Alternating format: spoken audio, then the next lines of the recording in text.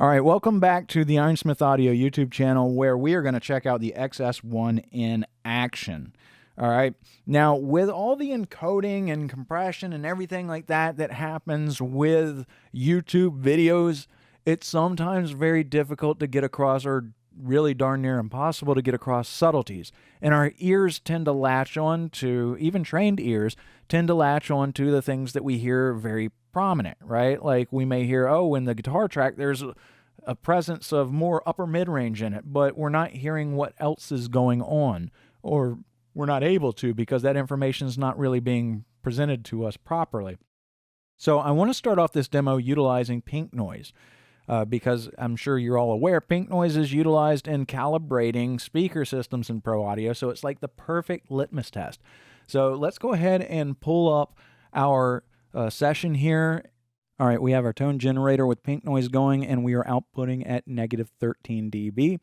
This is the channel where everything is going out of the DAW, and this is the channel where everything's coming back into the DAW from the XS1. The first thing you'll notice is we're peaking at negative 3 dB, which means we're getting 10 dB of amplification out of the XS1. What you send it comes out hotter.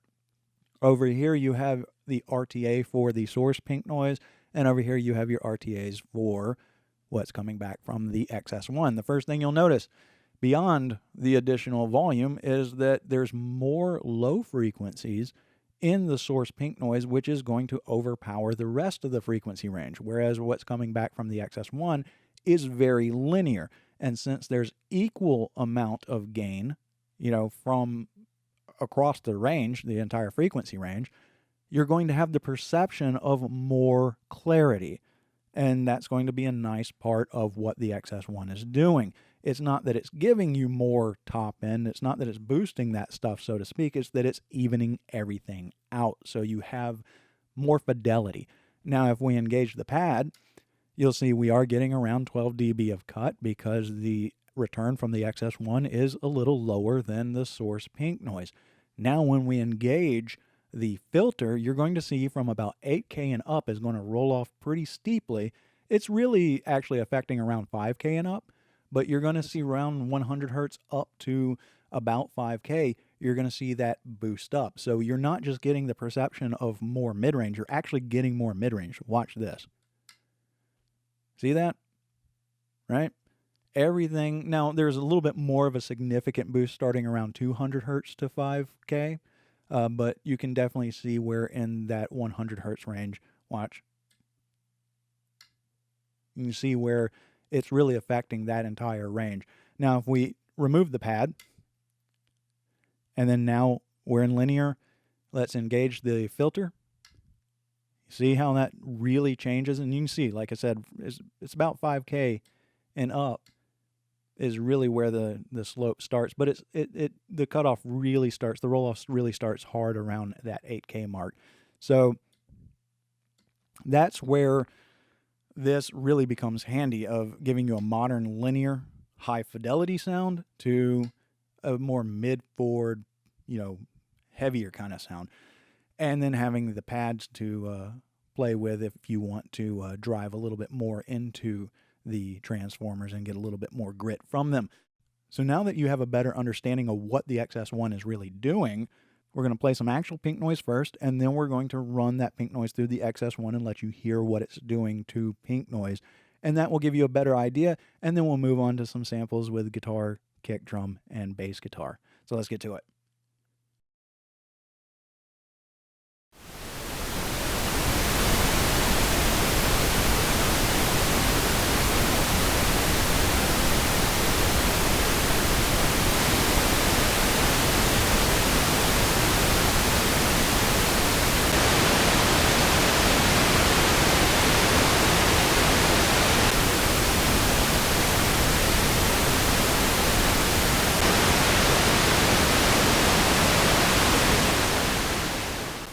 All right, so next we're going to check out guitars. I recorded this little lick using my Paul Reed Smith into my Marshall JCM 900. I'm miking the cabinet with an 80K Cremona T-Fed. It's a 251 style microphone.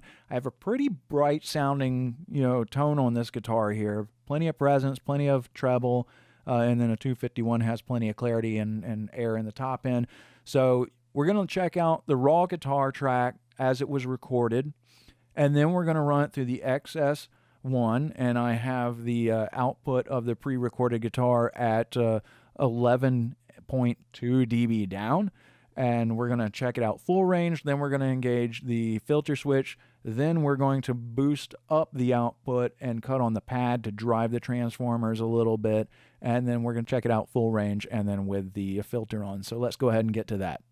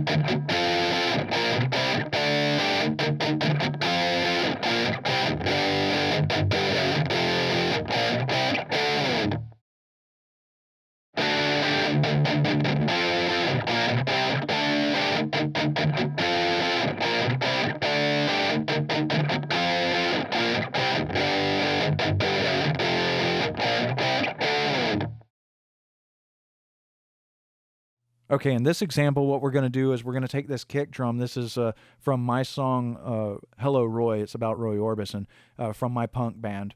And what we're going to do is, here's the kick drum on its own. Now we're going to run it through the XS1 so that you can hear how using the character switch on the XS1 elevates that mid-range and really gives you a really cool definition and kind of re-sculpting of not only the entire kick drum, but it gives you more so presence in the attack while not sacrificing the body of the kick drum. So check it out.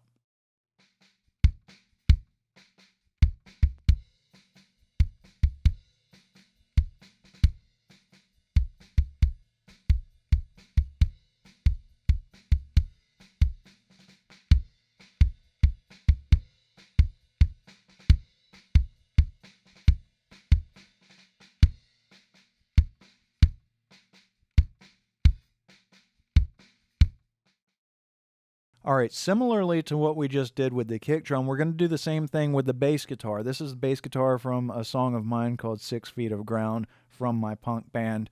And what we're going to do is we're going to show you the raw bass track. Well, we're going to show you the track from the song, and then we're going to engage the XS1, again with the character switch so that you can hear what happens when we elevate that mid-range. So let's get to it.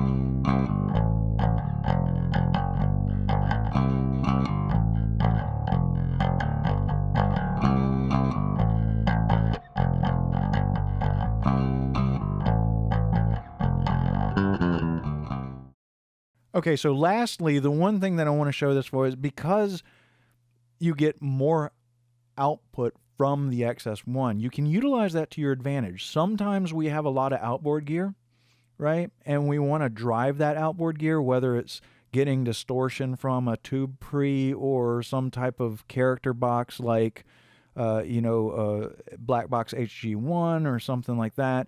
Or maybe we want to drive a compressor harder, right? Really hit a compressor hard at a lower ratio and kind of play with how we can get that compressor to react, but maybe our converters don't have the headroom to really drive it in a way we want. Well, with this, we can get that additional 12 dB of output that the XS1 provides, plus some of the nice smoothing, silky characteristics of the transformers. We can even use the character switch, and we can really hit a compressor harder. So what I'm going to do is I'm going to take that kick drum again. We're going to run it out to my 1176, and we're going to check out what we can do in pushing an 1176 harder with only a 4-to-1 ratio. So let's get to it.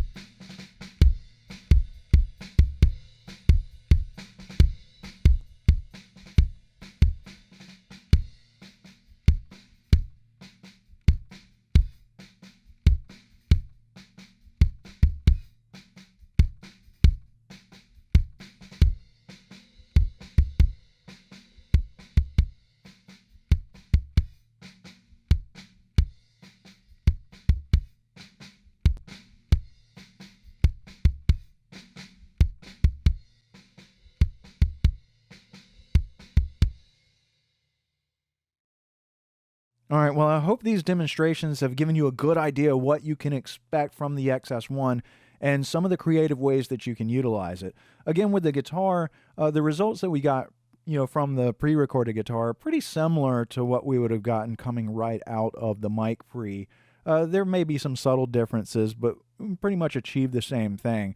So whether you're sitting it on the output of a preamp on the way into your DAW, or whether you're utilizing it on pre-recorded material just to add some character and kind of redefine things, the XS1 is really cool and versatile in my opinion. And again, it's transformer saturation is that thing that, as it stacks, right, as you process more and more of your tracks through it and that tone stacks across the entirety of the mix, it's going to be much more apparent what it's doing, So again, the XS1 is really designed to kind of mimic the imprint that the transformers from a console, a large format console, might have given you. So I hope that you enjoyed these demos, and if there's anything we can help with or any questions you have, feel free to contact me here through YouTube, or reach out to me at the official Ironsmith Audio Reverb store, which is reverb.com/Ironsmith Audio. Thank you and have a great day.